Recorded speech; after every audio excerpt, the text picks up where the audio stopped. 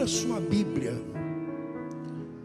no Evangelho de João, no capítulo 20. Evangelho de João, capítulo 20. Eu queria que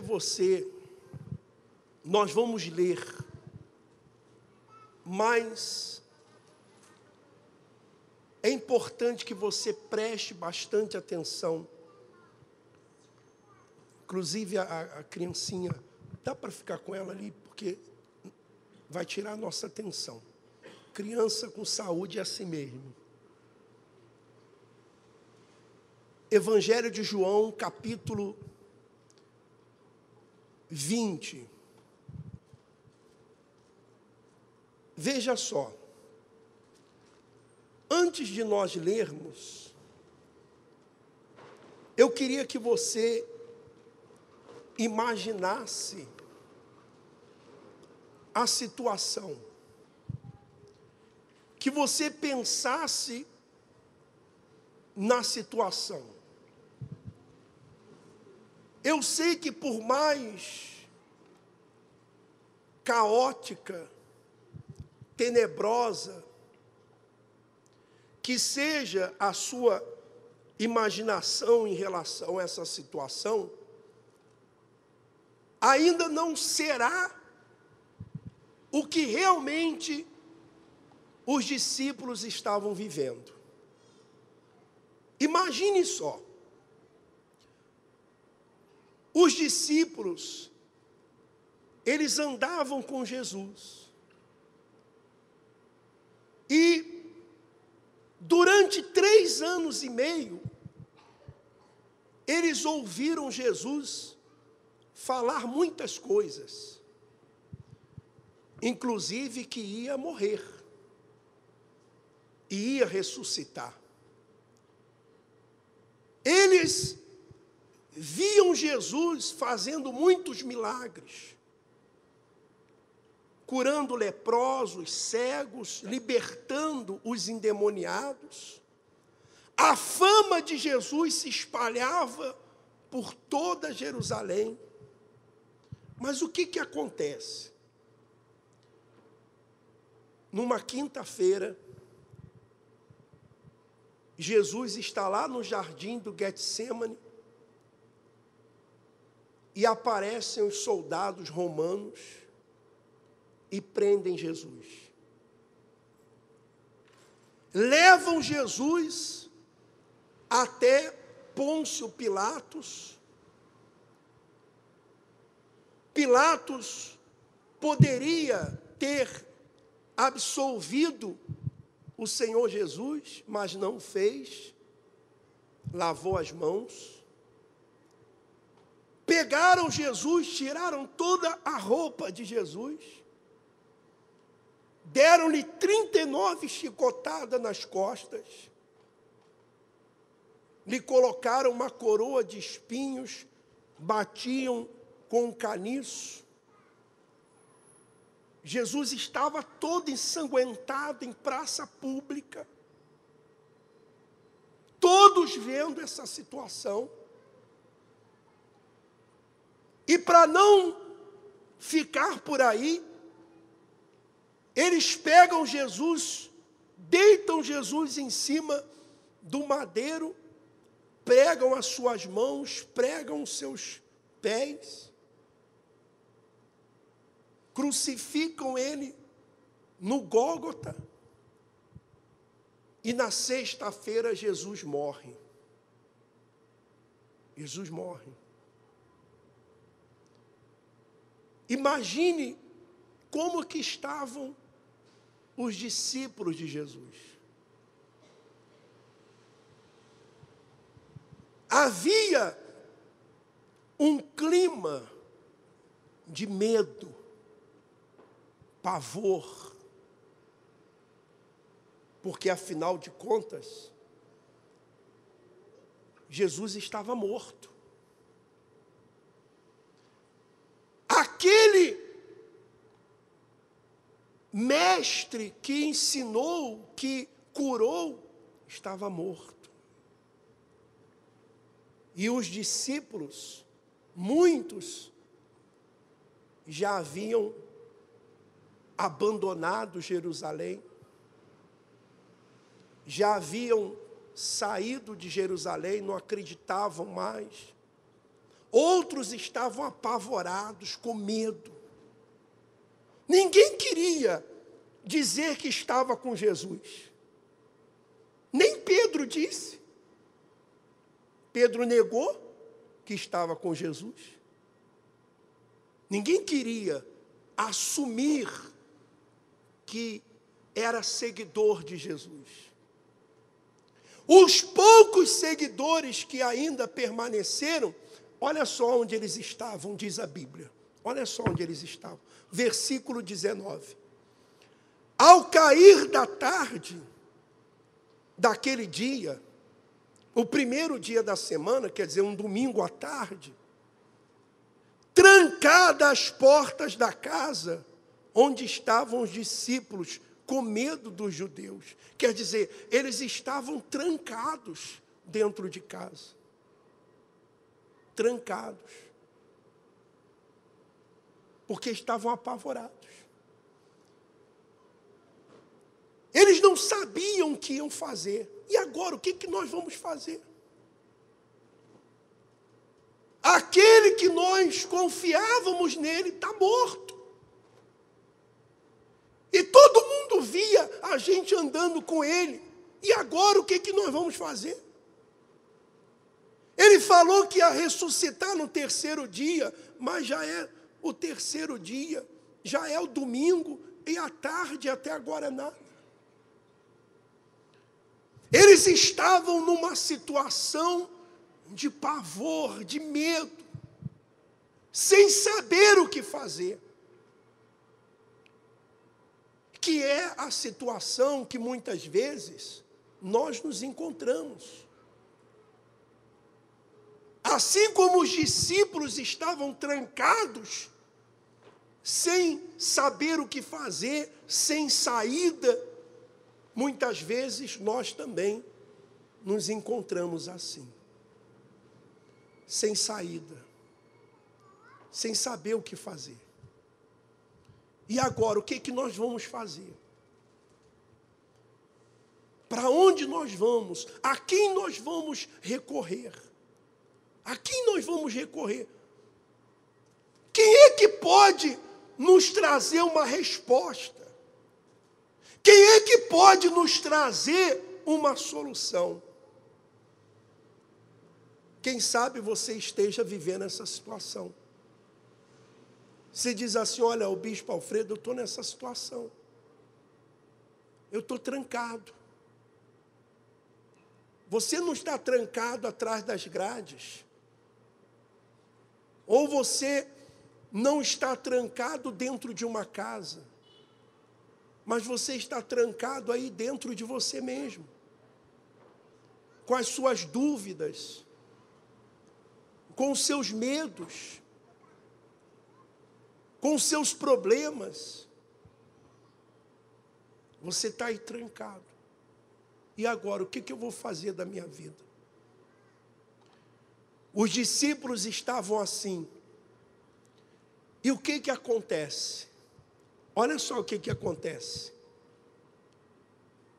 Veio Jesus, pôs-se no meio e disse-lhes, paz seja convosco. Olha só, o Deus maravilhoso que nós servimos. Olha só o Deus que nós servimos. Se fosse qualquer outra pessoa, iria aparecer no meio deles, iria dizer assim, olha, vocês são um bando de medrosos. Na hora que eu mais precisei de vocês, aonde que vocês estavam?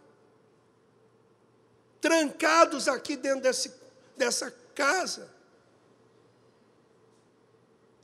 Vocês não andaram comigo durante 3 anos e meio?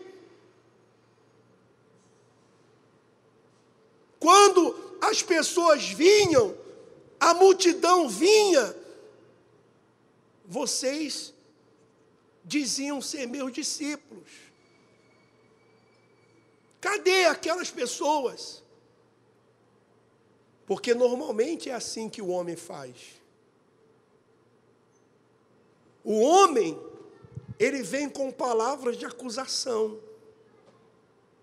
Você, quando está passando por uma dificuldade, não faltam pessoas para dizer para você, você é medroso. Olha só, você aí nessa situação aí, você não tem coragem, não. Quando não falam outras coisas. Quando não falam outras coisas, que não me compete aqui falar. Jesus aparece no meio deles. E olha a palavra que Jesus traz para eles. Paz seja convosco. Paz seja convosco. O que eles mais precisavam naquela hora? O que eles mais precisavam? Era de paz. Era de conforto. Era de coragem. E foi exatamente isso que o Senhor Jesus trouxe. Ele disse, paz seja convosco, e fez mais ainda, disse assim, olha só, e dizendo-lhes isto, lhes mostrou as mãos e o lado. Olha só, mostrou as mãos e o lado. Mostrou as mãos, o que tinha nas mãos de Jesus? O que tinha? As marcas dos cravos. O que tinha do lado? A marca da lança.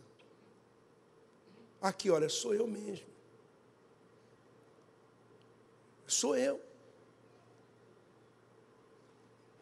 Mas recebam a paz, não tenham medo. Em outras palavras, eu venci a morte. Eu ressuscitei. Eu venci a morte. Eu ressuscitei. Não tenham medo. Porque ainda que vocês morrerem, vocês terão vida. Não tenha medo. Olha só o que aconteceu comigo. Eu estava lá na cruz, morri, me colocaram no túmulo, mas eu não fiquei no túmulo, eu ressuscitei, eu venci a morte. Por isso Jesus disse, quem crê em mim, ainda que morra, viverá. Meu amigo, minha amiga, talvez você tenha muitos medos. Existem pessoas que têm medo de perder o marido, perder a esposa, perder a saúde, perder o emprego. Talvez existam pessoas que tenham medo de perder o que conquistaram. Mas você não precisa temer quando o Senhor Jesus está contigo. Quando Ele está contigo, quando Ele está com você, você tem paz. Você tem paz. E essa paz, nem mesmo os problemas podem tirar de você. E o mais importante de tudo, você tem a paz que é proveniente da certeza da sua salvação. Porque assim como Jesus um dia foi crucificado e ele morreu lá na cruz, ele morreu crucificado, um dia todos nós também vamos.